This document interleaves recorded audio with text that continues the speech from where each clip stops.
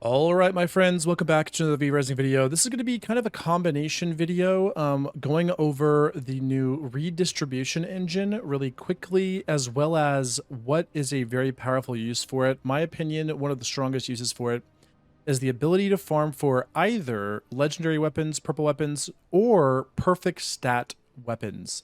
So let's go ahead and jump into this. I'm not going to spend too much time on the Redistribution Engine right now, but this is just a setup that I was able to make. So there was a video I saw recently from Grim XV. Shout out Grim XV. I'll link his videos in the description here. There's a couple of them there that I was kind of got me thinking.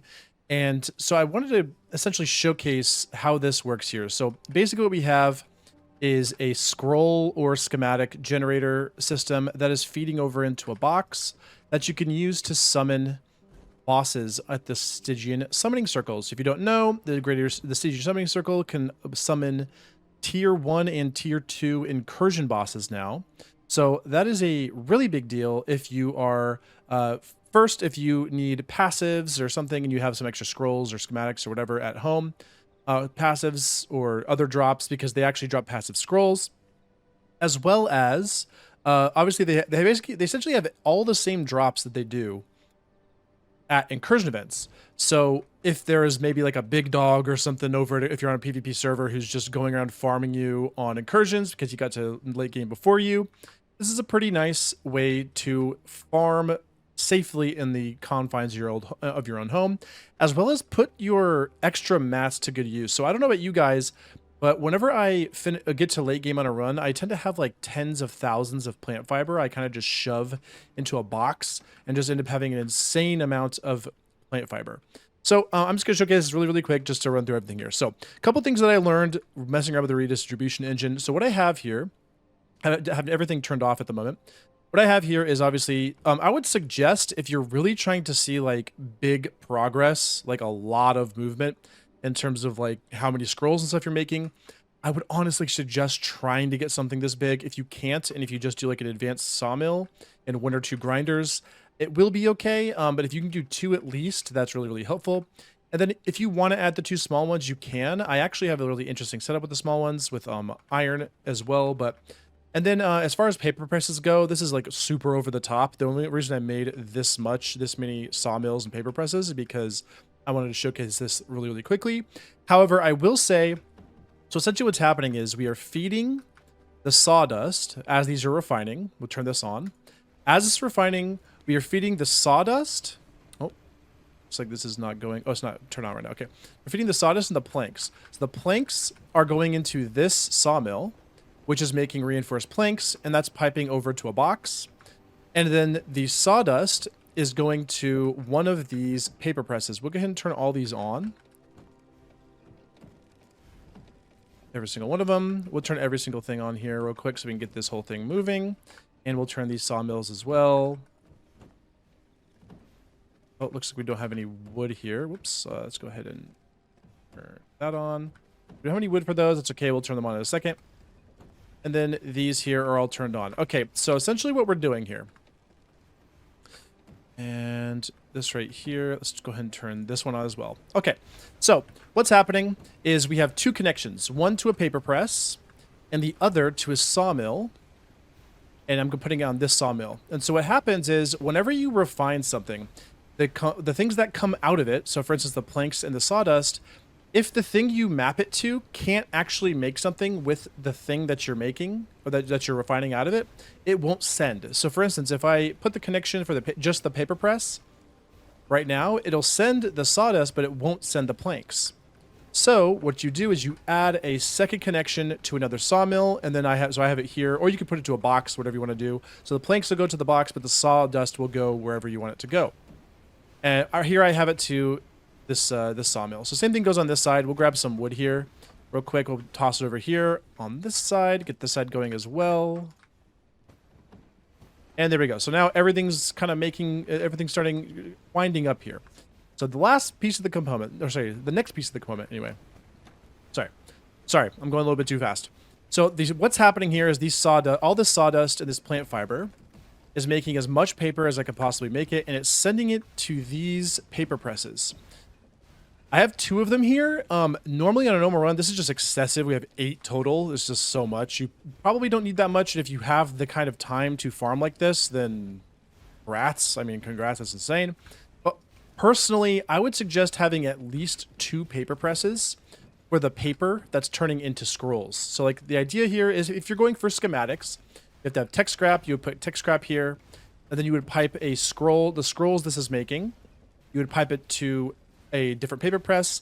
But the thing is, if you look at the math here, it takes 6 paper to make 4 scrolls, but then it takes 12 scrolls to make 12 schematics. So you're kind of going 1 for 1 here. So it's okay to have, in my opinion, it's okay to have like 1 paper press feeding for scrolls, feeding into 1 paper press for schematics. But it would really, honestly, it speeds up a lot more if you have 2 paper presses of paper to make those scrolls, if that makes sense. Okay, so what happens when we're out of this? Well, guess what? We need more stuff, right? So that's why we have the grinders here. We are grinding all of the flowers that we possibly can. And so here, the reason I have 3 advanced grinders, I would actually recommend probably 2. And then like the 3rd one would be for your spectral dust or your stone or whatever. I mean, again, if you can't afford this, if this is just way too much for you, then 2 is just fine. I usually like having 2, or even like a small one for your a couple small ones or something for your pollen. Whatever you can manage is what you should do. Right now, I just have this gigantic, insane factory going. We're using 3 distribution engines. And so this pollen is being sent over here to these looms. I would honestly, for pollen, I would use regular looms, but just for the sake of speed, I'm using advanced looms. And so you can see here, we're shoving pollen in at an insane rate. And then right here, we're making all this coarse thread. That coarse thread is being routed to these 2 paper presses, which is allowing us to make our scrolls, which are going into this box right here. Okay, last piece of the puzzle, very last piece of the puzzle is blood essence. Because, so otherwise, for tier 2 bosses, you need blood crystal, and so that just means, generally on that, you just have to go and farm this up at Dracula's Demise right here on the map to get blood crystal. But for the tier 1 incursion bosses, which is what I'm going to showcase right now, you need primal blood essence. So how do you get that? So this is where the second video that GrimXV showed. This is another one of his videos. I'm kind of piecing both of these together.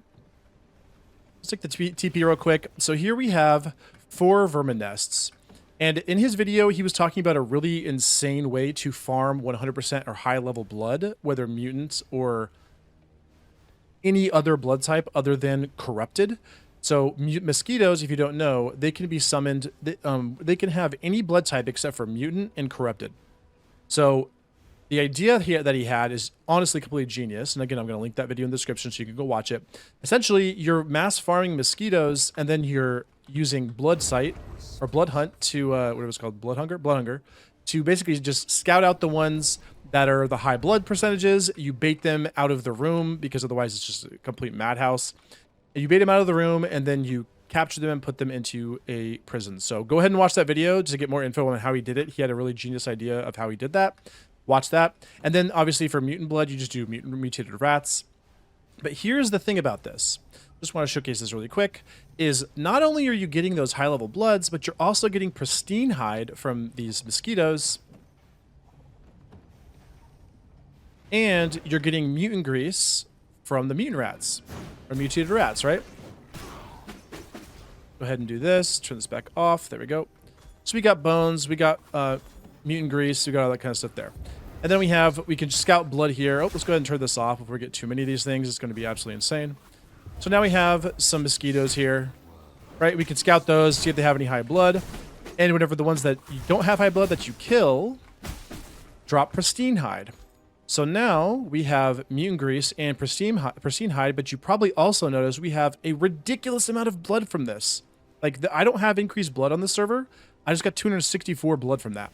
So you use the pristine hide and everything, you know, to make a, whatever. You would use a leather working bench. What am I looking at here? Right, a tannery.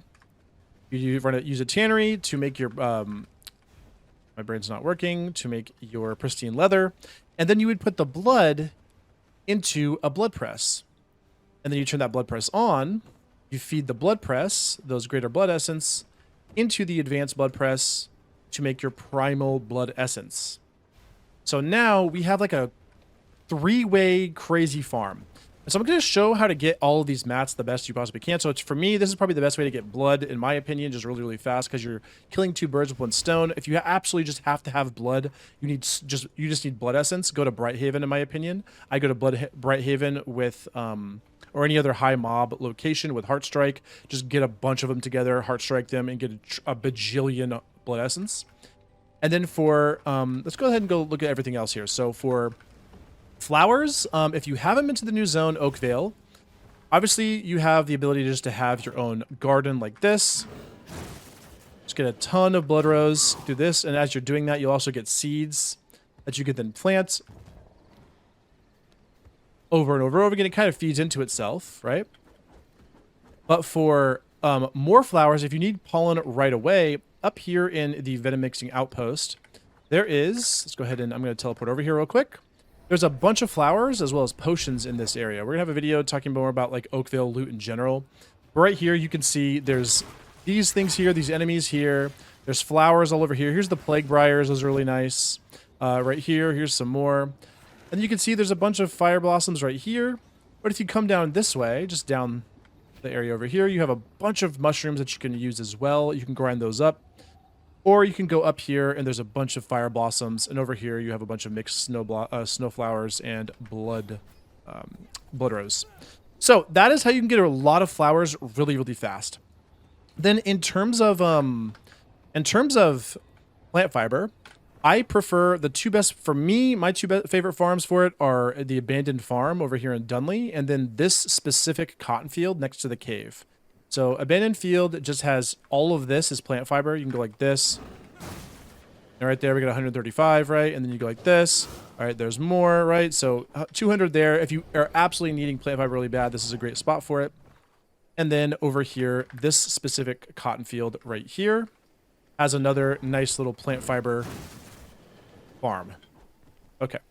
So, and then after that, if those are already farmed, the next best thing, in my opinion, is just finding an empty base plot anywhere you want to go. Just any empty base plot, because empty base plots just have so many materials. They have wood, they have stone, they have plant fiber. So you can kind of just come in here and just farm this like a maniac if you really are just in desperate need of plant fiber and wood. Because again, you'll need both of those things. All right, let's go back to our base. And we're back at our base here. Let's go back up to our crazy factory. It's been pumping away this whole time. You can see all our flowers are already almost taken from this, from these grinders. We have a ton of pollen here. They're making a crazy amount of coarse thread, and we're pumping out all these scrolls. And our factory is working away. It's working really, really well. Everything's just getting pumped in. You have reinforced planks. We got primal blood essence. We have an insane amount of scrolls now. Let's go ahead and move on to the next part of the video here. So next thing is, after you have this crazy thing going here, the reason it's so good. Let's go ahead and look at these lesser blood souls. So really quickly, we kill this. I'm gonna go ahead and turn this off, actually. There we go, just so we can just do the one. Oops.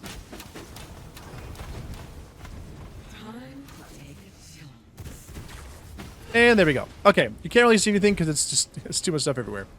So the reason this is so good, obviously we mentioned with the schematics right here. If this one was pumping out schematics with the scrolls, then you could use that for your tier 2 boss farming if you're at the end of the game. And that's really good because it drops tier 2 scrolls, tier 2 passive scrolls, as well as purples and even legendaries and your greater Stygian shards. However, it is very expensive. I mean, 210 schematics. Sorry, 210 schematics, sorry, right here. 210 schematics is so much. That's a lot of schematics. And whereas the scrolls, in my opinion, isn't all that hard to come by. And so if you are in dire need of like a purple with a specific infusion or a legendary, and you just, for the life of you, you just cannot farm these incursions, or you just want to get them as fast as possible, and the incursions are not active, then obviously you want to be doing this if you can. But if you're just looking for stats, in my opinion, it's actually better to do the lesser blood souls. And the reason why is because they're super, super easy whenever you're a high enough level. I mean, they're just really not difficult at all. Because if you're 91, you can kill them in like 3 or 4 hits, or however many weapon skills, and they drop the things like this. So we just, I mean, look at that. Right off the rip, we got a 10% bonus physical power roll on our blue weapon. We also got 82 Stygian shards. Let's go ahead and start this up again. We're going to kill another one real quick. Here we go. And you can see how fast we can kill it whenever we're at endgame, right? I mean, this is not an issue. We don't really care about this. Oh no. Oh, that's always the funniest thing ever. And there we go. So we killed him, and you can see here the drop rate. So it's not dropping a blue every single time, but we did also drop Stygian shards. Quick, once this thing goes away. It just takes forever for this to go away. We dropped the Stygian shards, and we dropped... there we go. And we dropped a Cold Soul passive. And obviously, if we have this, if you think about it this way, here's the way I'm thinking about it. If you need passives, this is 400. This is 400 Stygian shards.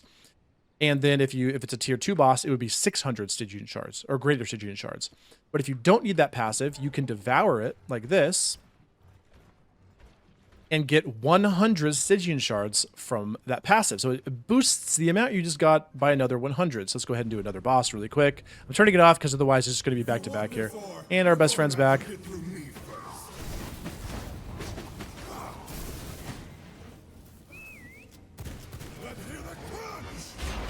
Whee! It's always funny. I don't know why that makes me laugh so much, but it does. And kill this guy real quick. We're missing every single shot. And here, oh, we missed again because I suck at this game. There we go. Okay. All right. So he's dead again. And we got another whip here. Okay, so we have a whip. So obviously this isn't the greatest because it doesn't have everything, but hey, maybe physical power, maybe that's enough for you. Maybe you say, I don't really care about absolute perfection. I'm just going to go with that for now. So that would be another one you may want to keep. But if it's not, obviously you can devour it. We'll turn on one more time. Actually, 2 more times. We'll do 2 more times. Because it's really not that hard to do these.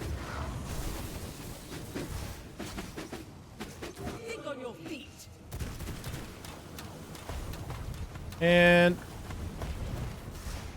there we go. Okay. There's some more, and here's another boss here. And by the way, you can also set your servants up, if you have them, to fight these bosses with you. That's another thing to note. You can put servants on the sides and just kind of have them fighting the bosses with you to speed everything up for you, because they will utterly destroy these bosses right here if they're fully maxed out. And now we're getting jewels, you know, and maybe not the best jewels, but now we have 464 Stygian shards. And here is where, let me do this real quick. Stygian shard. We're going to go like this. I'm just going to do 300 here real quick. So, okay, so 300. I was getting about 150-ish per boss we were doing there. 100 to 150, just depending if you get those passive scrolls or not. Let's just say you've been doing this for a little while and you get 750 Stygian shards. Well, you could spend them on passives if you wanted to. But my recommendation would be to go to the trader, the merchant, over here in Gloomrot South, and then if you don't need the Stygian shards anymore, before in the 1.0 patch, what you would do if you had extra ones of these is you would use the gem cutting table to refine them. I think it refines at a rate of like 9 Stygian shards for 1 greater Stygian shard, which is just the worst return on investment you could possibly imagine. So for this, instead, now just buy them, right? Now just buy yourself. Whoops, I'm gonna go like this. Whoops. Okay, we're giving ourselves blood now. I'm gonna give myself a bunch of these Stygian shards, make it 3,000, whatever. And then, so let's say you just are farming away on tier 1 incursions, tier 2 incursions, because tier 1 incursions are now really valuable and they're really easy to do. So let's say you're farming away, you have a bunch of Stygian shards. Well, you can just see here and buy for 750. Just buy as many of these as you possibly can, and then you just save the ones that have max rolls. Right, so now, okay, here's the ones I wanted, and these ones we can either we can devour these, or we can, you know, keep farming and keep on doing this. Right? So, okay. So let's go ahead and go over the new ones we just got. Oops. So now, oh, we got more. So obviously the rate at this is always, it can be really rough, and that's just how it is. All those sucked really, really bad. But however, if you're at the point where you're trying to get your max rolls, my opinion is this is the better option than trying to farm nothing but greater Stygian shards here. Now, I will say if you have just like, let's say you're on a squad server and you have a teammate who is just an absolute Chad who has this crazy thing going, and he's cranking out thousands upon thousands of schematics, by all means, keep running this and see if you want to do that. But again, like I said, I think personally it's probably a better idea to just farm them this way. So anyway, let me know if you have any questions. I know this was kind of long. I didn't really explain. If you have any questions on some of this stuff, I didn't want to go super in depth on this because, in my opinion, first, if you just start messing around with it, you'll probably understand what's going on pretty quickly. And second, if you have any questions on the redistribution process, check out GrimXV's video. Really good video explaining the exact process there. And again, I'm just using this gigantic omega ridiculous factory just to make it go a little bit faster. But anyway, that's going to be it for now, guys. If you have any questions, post them in the comments below. But for now, thanks for watching. Hope you enjoyed it, and we'll catch you in the next one.